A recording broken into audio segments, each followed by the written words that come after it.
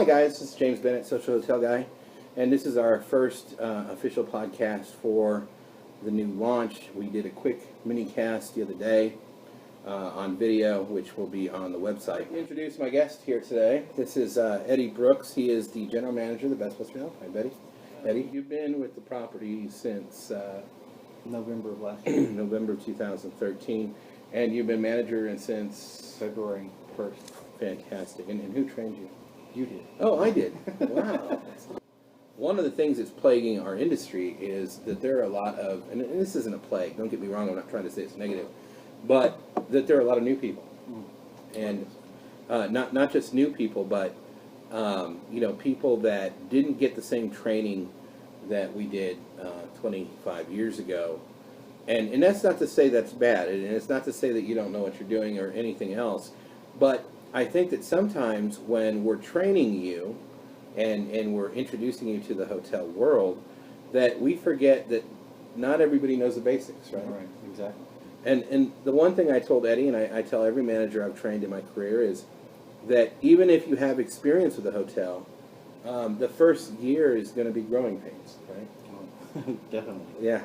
And Eddie's a great operator, don't get me wrong. He's actually scoring in the top 30% of his brand in customer service and satisfaction. He's got a certificate of excellence with TripAdvisor. He's got his breakfast is in the top 30%. Okay. He's never failed an inspection.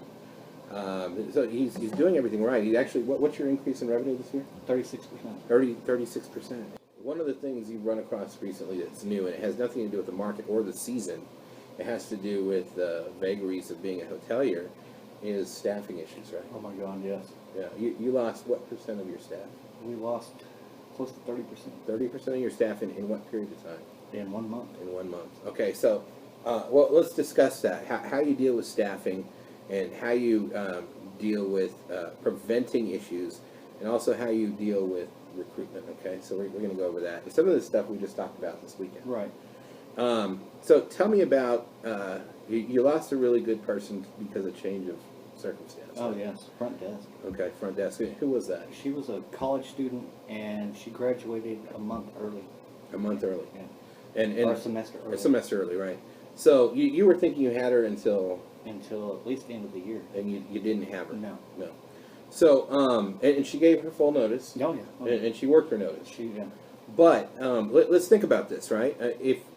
And I recommend at least training a week, 5 days, 5 full shifts. First day is observation and orientation. The next 3 days are being trained with someone that either your manager, Eddie, usually trains, or else a senior person in the department.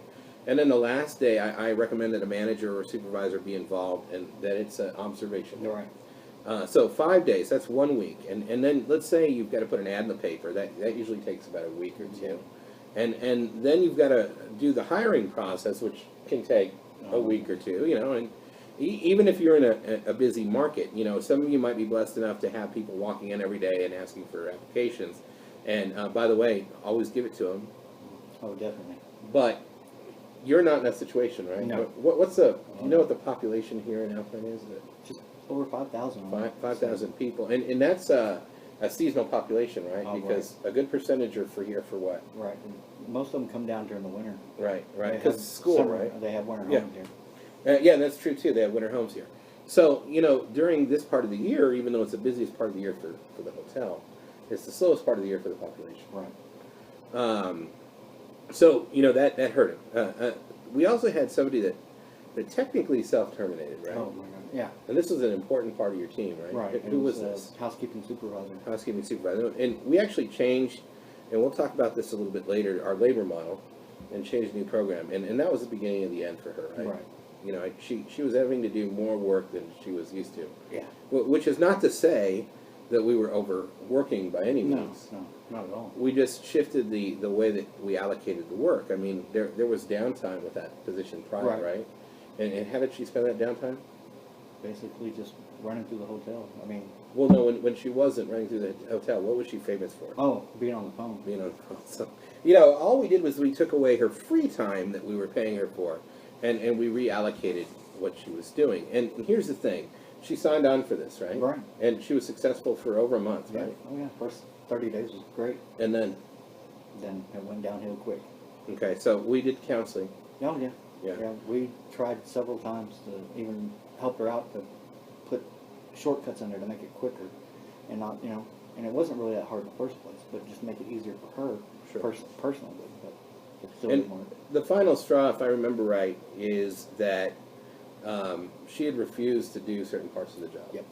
So what, as a result, what did you have to do? What I did is I cut the schedule back, and what she didn't want to do, I had somebody else do, so Got it. So you just reallocated the hours. Right. And as a result, she quit. she quit. Any notice? No. No notice. So this was immediate. There was no time to recover from this. But more important than this, what kind of culture did she create at your hotel before she left? She just bad attitude, and it's not my job. Is basically what it came down to, and I don't like that at all. Did it affect the other staff? Oh yes, You definitely. actually lost how many people? Lost a few more people. Because of an Because of- interaction with this person. Right. And what we were getting at, and what we talked about this weekend when I was here for my visit, is maybe you could have cut her off earlier. Right. I should have. Right. And somebody gave me a good piece of advice just the other day. They said, if you have to ask yourself the question, should I? Then the answer is yes. Because if you've already got that question in here, you already know the answer. Now, that may not be convenient to you, and I'm not saying you should cut someone right then, but start planning for it, right? Right. Okay. So we all together, we lost 5-6 people, I guess, is what you lost in a period of 30 days. Yeah. But the And- one part I do got to say though, where I was lucky is my core people Mhm. that really love being here. If they wouldn't have stepped up, and helped out in all the other departments, then I would have really been. And that's the key, and that's what we're getting at. And we're going to talk about hiring first, okay? First we'll talk about don't pull the trigger. Pull the trigger as soon as you're able when you have a situation like that. But the second thing we're going to talk about is hiring the right people, right? Right. Because that makes a Yes. difference, right? Oh, exactly. You've known your core people, right? They've Mhm. done well for you. They've gotten Right. promoted. They've gotten bonuses, raises, etc. Right? Right. So what you need to do is remember that you should always be hiring, right? Oh, always. Even if you're on a full staff. And if you're on a limited labor budget, I know this could be challenging, but let me give you a scenario. Let's say, for example, that you own a golf course and you have a pro shop, and you've got a pro, and a pro walks up to you, and you're talking, and while you're talking, Tiger Woods walks in. And he says, I want to be your golf pro. I've decided to give up tournament play. What do you do? Hiring. You hire Tiger Woods. You should do the same thing. You know who the best people at your hotel are, the ones that believe in the culture, that have a buy-in. If someone else walks in and you're not hiring and they've got that same attitude and that same spark, then what I would say is hire them and train them, absorb that part of the labor.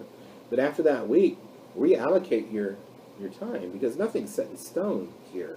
Especially we're in the state of Texas, an at-will employment state. So you can literally terminate someone for no cause by eliminating the position if you had to, or you could put them on a progressive disciplinary plan. What we see is once you do something like cut back hours or write them up, what do they do? Most of the time they leave. Most of the time they leave, and then you don't have to worry about unemployment or what have you. So what I'm saying is hire all the time. So we talked about two things in far as hiring all the time goes. Number one, and most important, is interview everyone that applies. Okay? Now, I'm underwear on the outside, that's an exception. All right? Someone comes in wearing the underwear outside their pants, chances are they're not your person for customer service. So, but if they're not a felon, and what one type of person I told you to eliminate, and even a felon, we won't get into that. What type of person did I say you should never hire? Rehire. A rehire. Someone that's worked at your hotel before, even with under another manager, I said, right? And what's the reason for that? Because they're just going to bring those bad habits back into your hotel. Absolutely. If they were a great employee and you had a decent manager, they would have found a way to keep that person. Oh, yeah. So, and I made that mistake, actually. I've rehired housekeepers that were phenomenal housekeepers, but they had a horrible attitude, and, they'd make money for a few months, and then they'd, get a boyfriend, they'd quit. And, I brought the same person back 2 times, and it was always a mistake. So, I'm preaching to the choir here. Don't do it. Don't rehire, unless it's something like, oh, hey, my mother is terminally ill and I have to go take care of her. In which case, they would have given you some kind of notice, or you might have had notation in the file. But if they were terminated or if they self-terminated without notice, never rehire them. It's never a good idea. The second thing is recruit all the time. Yes. So what do we talked about this and I just mentioned it to you, so I'm going to give the whole group my definition. Get yourself a business card size recruitment card. And I'll see if I've got any of my archive pictures, I'll put one in there. But essentially what it says is this. Hi, I observed you giving great service today. If you're ever looking for a change of career, please call me at, and it has your name and hotel name and phone number. That's a really good idea. Well, think about this too. The interview process is a very small window. Mm-hmm. You've got to make a judgment call. Even if you're using, like a reactive application or hiring process, there's still a judgment call involved in it. But if you've already seen them doing a good job somewhere else, Yeah. then chances are they might do a good job for. It's going to carry over. Absolutely. Another thing we did was we had a meeting with your staff today, right? Oh, yeah. And one of the best places to find a good employee is from who? Your competitor. Yeah, absolutely. But who knows those people? Your employees. You're good employees, right? Oh, yeah. Absolutely. Don't be afraid to steal. Don't be afraid to ask your people. Tell them what's on the line, and keep in mind you're hiring a laundry person, Yes. and it's a bad situation, right? Oh, yeah. And on top of everything else, his longtime laundry person was diagnosed with cancer, and at first you held the position for her, right? Yeah, yeah. But it's getting to a point where it's impacting the other Right. departments. We all volunteered, pitched in, so she could hold that spot. And ironically is, so the front desk will go to the back to do laundry and put up a sign, and you've actually gotten complaints about that. Yes, I have. So, and you were willing to absorb those because of your loyalty to this Right. person. But at this point, it's not going to change, No, right? it's not going to change. And unfortunately, our thoughts and prayers are with her, but it's Exactly. not. So you've got to hire. And the problem is now that it's busy. It's a crunch time. You're going to be bringing someone into a busy time. Right. So if you had a referral card and you've already seen them working hard somewhere else, or if you have a good employee who thinks they'd be a good employee, or if they're already succeeding at one of your competitors, chances are that you're stacking your deck here, Mhm. right? So here's what I say to do. Number one, find out when your competitors get off work and be out there in the parking lot and hand them flyers. Put up flyers. Yes. Where did I tell you to put up flyers at? The grocery store, Grocery store. post office, wherever Yeah, you can yeah. get. Laundromat. Anywhere where people work, congregate, you should have a flyer. If a restaurant has an open billboard, ask them if you can post and post there. Grocery store, same thing. Always get permission, but make sure you... And then don't be afraid to hand it out. I guarantee you that their managers probably aren't waiting for them at their cars. No. And they may get mad at you, but you know what so? I mean, you're beating them in revenue right now, Right. right? So they're already mad at you. Right. So what difference does it make? And then the final thing is keep the recruitment cards on you. Always do that. And then talk to your staff. Keep in mind, it's in their best interest for you to succeed, right? He doesn't have a laundry person, so the housekeepers and the maintenance person and you yourself and front desk are all doing extra work. So if you were to say to them, hey, do you want to stop doing that extra work and get paid the same? Then help me find someone that can help all of us. Does that Right. sound good? And I've already got 2 of the employees saying I've got some people in idea. And that was just a couple hours ago. Right. So, all right. So that's it for today. Remember, always hire. Number 1, whether you need to or not. 2, always recruit, whether you need to or not. Don't bring bad people back to the hotel. Don't keep bad people because it's easy. Right. And don't be afraid to steal. Yeah. Okay? So that's it. So until next time, thank you very much. This is James Bennett and Eddie Brooks, Social Hotel Guy, thanking you for letting me talk to you about hospitality. Have a great day.